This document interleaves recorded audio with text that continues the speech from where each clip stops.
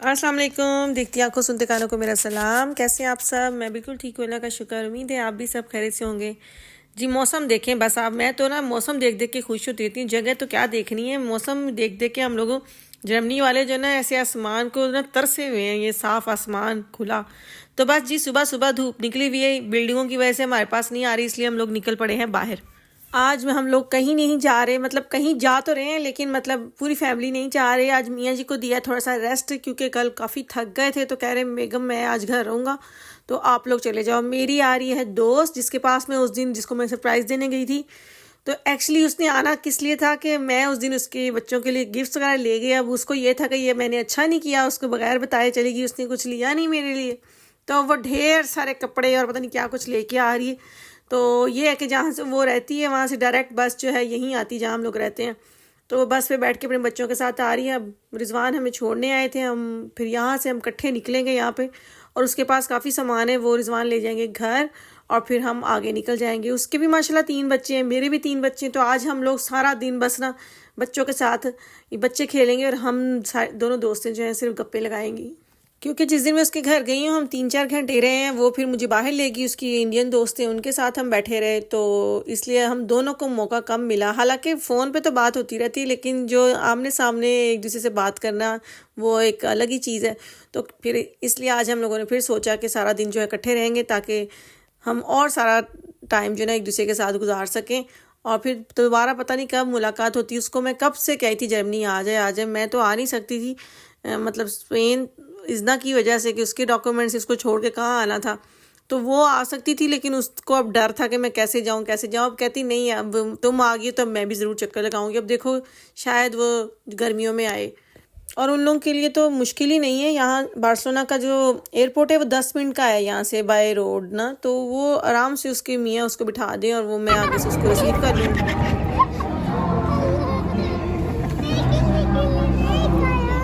नहीं करो, नहीं ऐसे तंग कर रहे हैं, बात कर रहे हैं। अरे आप रोकते बहुत जल्दी है। मुझे शक्का ये में डालो, वो आंटी आ गई।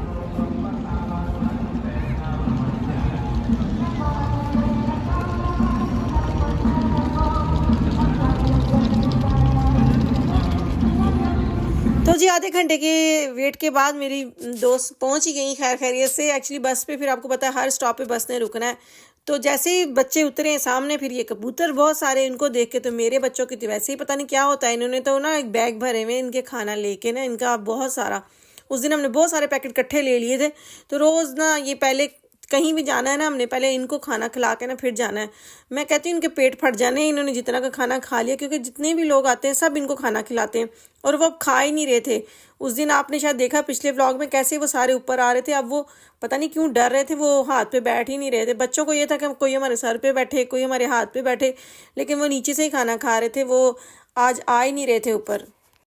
इज़ना डर रही थी। आहिल और पारसा जो है ना उनको अच्छा लगता है कि ऊपर बैठे, यहाँ के तो इज़ना नहीं करती। बाकी लोगों ने फ़ोटोशूट करना होता है यहाँ पे आके, आप देखेंगे पीछे लोग बस ऐसे ऐसे पोज मार के फ़ोटोशूट हो रहा होता है। तो 10-15 मिनट यहाँ रुक के बच्चों ने अपना शौक पूरा कर लिया। फिर हमने कहा निकलें, क्योंकि अभी धूप है तो घूम फिर लें, फिर बाद में छाँव हो जाएगी, शाम हो गई तो फिर जो है मज़ा नहीं आएगा घूमने का। तो आज अच्छा खासा जो है ना गर्म दिन था। बच्चों की जैकटें, बस हम दोनों माओ ने जैकटें ही पकड़ी हुई थी। बच्चे जो जैकटें उतार के ना, तो वो कहते कि हमें गर्मी लग रही है, थोड़ी देर के लिए पहनते थे फिर जो है उतार देते थे।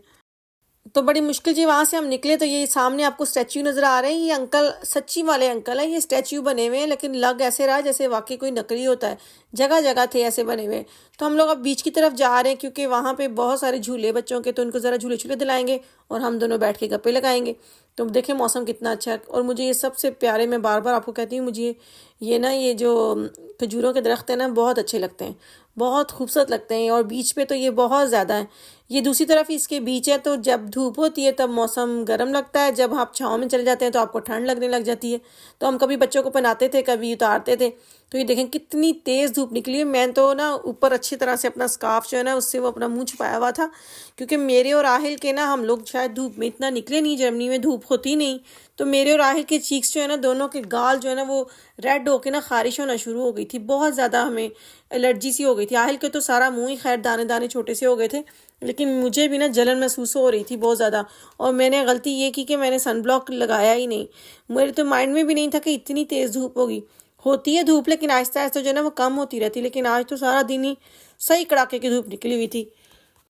अच्छा, स्पेन में ना आप जितने लोग देखेंगे ना मेरे इर्द गिर्द, आपको कोई मोटा बंदा नजर नहीं आएगा। एक तो इन लोगों का मौसम बहुत अच्छा है, ये लोग बाहर बहुत ज़्यादा मतलब ये घरों में टिकते ही नहीं ये लोग। इन्होंने जब मौसम इतना अच्छा है तो आपकी तुकी नहीं बनती। और हम जर्मनी वाले मौसम की वजह से कि वहाँ हर वक्त गीला गीला और क्या कहते हैं बारिशें और बर्फ़ें, इस वजह से हम लोग बाहर नहीं निकलते। तो एक तो इन लोगों को विटामिन डी की कमी नहीं होती, क्योंकि सारा साल ही इनके मौसम जो है वो ऐसा ही रहता है, धूप और जो है खुश्क मौसम होता है। आप जर्मनी में जब देखेंगे ना, आपको 50% जो लोग हैं ना मोटे XXL XXX वाले साइज़ जो है ना वो आपको नज़र आएंगे। लेकिन स्पेन में आपको इसमें से मुझे लगता है हज़ारों में से कोई एक बंदा होगा जो थोड़ा सा मोटा होगा। मैंने अभी तक वो साइज़ जो है ना, मैंने और रिजवान ने मेरे ख्याल से 1 या 2 आदमी देखे। हम इतना घूमे लेकिन मोटे बंदे यहाँ पे नहीं, क्योंकि ये लोग ना भले यहाँ की इनकम कम है या जो भी है, लेकिन यहाँ ये लोग कहते हैं कि जिंदा दिल लोग हैं। आप देखें इतना रश है, हर सारे होटल भरे हुए हैं फुल। मतलब इन लोगों ने खाना बाहर ही खाना है। और जो जर्मन लोग हैं ना वो लोग घरों से बाहर कम निकलते हैं, उनका बाहर होटलिंग शोटलिंग वो बहुत कम करते हैं। और अगर खाएंगे भी तो ये पिज़्ज़ा डोनर और इस तरह के। लेकिन यहाँ का ना तो कोई डोनर था, हम लोगों ने इतना ढूंढा, कोई एक आधा में मिला। लेकिन फिर रिजवान ने कहा कि बेगम घर जाके भी तो हमने यही सब खाना है, जर्मनी में तो मिलती ये सारी चीज़ें। यहाँ पे हर किस्म के होटल थे, पाकिस्तानी तो थे ही थे, लेकिन स्पेनिश होटलों में भी खाने बहुत मज़े के थे। रिजवान और पारसा तो जाते रहे, मैं तो खैर खाती नहीं, मैं तो पक्की देसन हूँ। वो मुझे कहते हैं बेगम इतना साल हो गए तुम्हें यूरोप में रहते हुए, लेकिन तुमने अभी खाने ना अपने ही खाने। तो मेरी वजह से एक बार तो हम पाकिस्तानी रेस्टोरेंट जाते ही जाते थे। और अभी शुक्र है कि हम यहाँ आए, अगर हम किसी और मुल्क चले जाते यहाँ पे पाकिस्तानी खाने ना मिलते तो मैं शायद 10 दिन भूखी रह जाती। लेकिन ये कि तुर्की खाने भी मज़े के होते हैं, वो जो बारबेक्यू वगैरह होते हैं वो हम खा लेते हैं। और साथ अगर आपने थोड़ा स्पाइसी खाना है तो उन्होंने मिर्चें वगैरह रखी होती हैं, सॉस उनके थोड़े से स्पाइसी वो दे देते हैं आपको एक्स्ट्रा। तो यहाँ जी हम बच्चों को अब फ्री करके छोड़ने लगे हैं, इन लोग को गाड़ियाँ लेके देंगे, ये गाड़ियाँ चलाएंगे यहाँ पे। बच्चे यहाँ पे अपने पापा के साथ पहले आ चुके हैं, ये तो हम दोबारा आए हैं, तो फिर हमने कहा चले इनको थोड़ा सा जो है वो कर लें अब खुद ही। फिर आप और मिनसा बैठोगे? नहीं सिर्फ इधर आप नहीं बैठना। मेरे पास अपनी थी इतनी वो कह रही पहले इससे बड़ी थी। आ जाओ वेट कराओ। आयल आओ, आप भी वेट कराओ। बारिश का ऊंचा हो गया। चलो आयल बैठो, खड़े हो। ऐसी कौन था तो बस जी सबसे पहले उन्होंने बच्चों का वेट किया, क्योंकि हम चाह रहे थे कि बच्चे बड़ी वाली गाड़ियाँ जो दो, एक बड़ा बैठ जाए एक छोटा बैठ जाए, ताकि हमें टेंशन ना हो। रिमोट नहीं थे कई गाड़ियों के, उन्हें खुद चलानी पड़नी थी। और यहाँ सारा जो बना हुआ था ना फर्श, वो ऊपर नीचे था। मतलब आप वो जो जीप नहीं चलाते आप पहाड़ियों पे, उस तरह के उन्होंने ट्रैक्स बनाए हुए थे। लेकिन ये कि आहिल ने भी चला लिया और उसकी बेटी ने भी चला लिया, बाकी उन्होंने कहा हमने बैठना ही नहीं।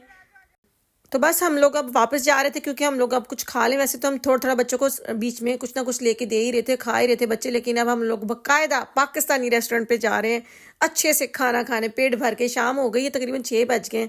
तो ये नए होटल पे हमें लेके, मैंने कहा ना जितने भी पाकिस्तानी होटल थे ना सब में हम लोगों ने ट्राई कर लिया, सारे हम लोगों ने चेक कर लिए एक बार।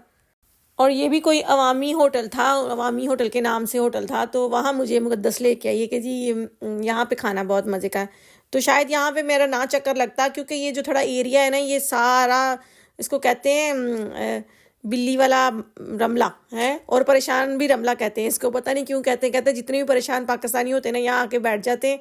तो फिर इस एरिया में रिजवान ज़रा मुझे नहीं लेके आए, हम तो ज़रा साफ एरिया में रहे, क्योंकि यहाँ पे सारे वो सिंगल लोग होते हैं। फिर फैमिली के साथ थोड़ा सा जो है ना वो अजीब लगता है। तो लेकिन खैर ये भी अच्छा रेस्टोरेंट था, मज़ा आया खाने का। सारे बच्चों को भेजा हाथ धो के आए, क्योंकि अच्छा खासा खेले थे। तो अब खाना हमने ऑर्डर कर दिया था, तो सब ने खाना बिल्कुल ठीक से खाया, मज़े से खाया। तो उसके बाद हम लोगों ने एक दूसरे को कहा खुदा हाफिज़, क्योंकि पता नहीं अब दोबारा कब मुलाकात हो। तो चलें जी, मुझे भी आप दें इजाज़त, अपना बहुत सारा ख्याल रखिएगा, मुझे दुआ में याद रखिएगा। अगर आपको मेरा व्लॉग अच्छा लगा तो लाइक करें, और जिन्हें अभी तक मेरे चैनल को सब्सक्राइब नहीं किया प्लीज़ सब्सक्राइब करें। कल आऊँगी एक नए व्लॉग के साथ, तो इसी दुआ के साथ कि अल्लाह ताला आपकी ज़िंदगी में आसानियाँ पैदा करे और आपको भी तौफीक दे दूसरों की ज़िंदगी में आसानियाँ पैदा करने की। कल तक के लिए अल्लाह हाफिज़।